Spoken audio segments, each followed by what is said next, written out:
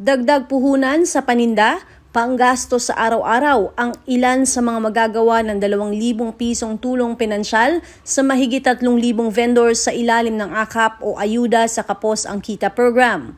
Nagpasalamat kay Congressman Roman Romulo at sa DSWD o Department of Social Welfare and Development ang mga benepisyaryo na nakatanggap ng financial aid noong Huwebes sa Tanghalang Rizal. Binisita ni Councilor Simon Romulo Tantoco ang mga benepisyaryo at kinamusta noong araw ng distribusyon.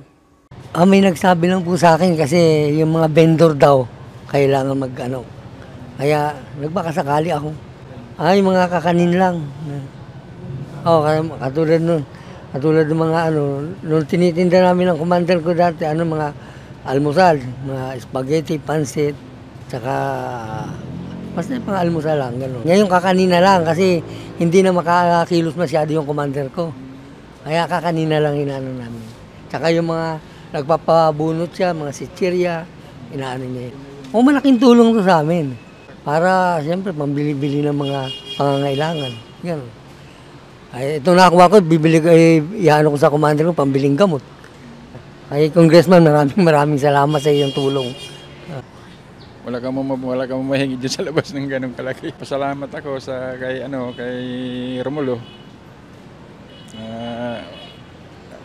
Nagbigay siya ng ganong pera. At saka nagpasalamat din ako doon sa nagpapira ko sa mata. Kay Romulo din yung mata ng pira. Bagong pira to eh. Pasalamat, maraming salamat sa lahat ng tulong. Naglalako po ako ng merenda. Ang nilalako ko po ng turon, banana Q. Doon po ako naglalako sa may rainforest paakyat po ng pure gold. Nilalakad ko lang po. Pasalamat na rin po ako kahit papano na may ganitong biyaya na binigay. Kahit papano pang dagdag din po.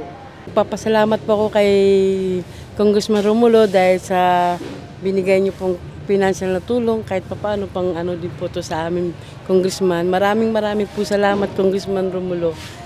Sari-sari sir po. Tapos ako vendor sa palengke. Bali, ang kinakasama ko po ay isang nag-ano sa tindahan. Tapos vendors po ako. Talagang malaking tulong po sa amin. Maraming salamat po kay Congressman Romulo sa naibigay niyang tulong. Malaking tulong po sa amin yan sa mga mahihirap. Layunin ng programa na mabigyan ng agarang tulong at suportang pinansyal ang mga kapuspalad o nabibilang sa near poor na vendors. Sa tulong ng mga barangay sa lungsod ay nahanap ang mga low income upang matulungan ng AKAP. Katatapos lamang ng pagbibigay ng trabaho ng Office of the Congressman at Department of Labor and Employment sa libo-libong Pasigenyo sa ilalim ng TUPAD program. At sa kasalukuyan, ang opisina ni Romulo ay tumutulong din sa pag-aasikaso ng PhilHealth application ng mga Pasigenyo at pagbibigay ng financial, medical at burial assistance. Meron po tayong DSWD AKAP releasing po para sa 3,200 na beneficiaries po sa Pasig City. Itong releasing po na to, na DSWD releasing po, para po siya sa financial assistance para sa mga low-income earners ng Pasig City po. Sa releasing po natin ngayong araw na to, ang sector po natin, vendors pa rin po sa Pasig City. Tinatapos na natin. Ina-expect namin na baka last batch na po ito nung sa vendors na sector naman po sa mga iba't ibang barangay din po sa Pasig City.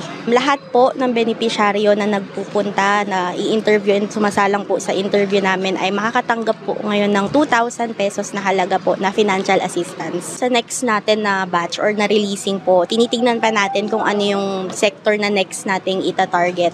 So, tignan po muna natin. Maraming salamat po sa patuloy na suporta and pagtangkilik po sa opisina namin. Hindi lang siya basta tangkilik kasi naghihingi rin kami ng beneficiaryo sa mga barangay.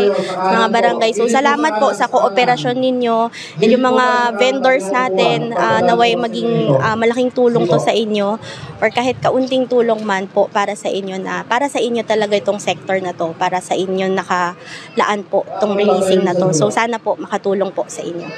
Ako si Luan Peñano para sa latest ng iNews Pasig.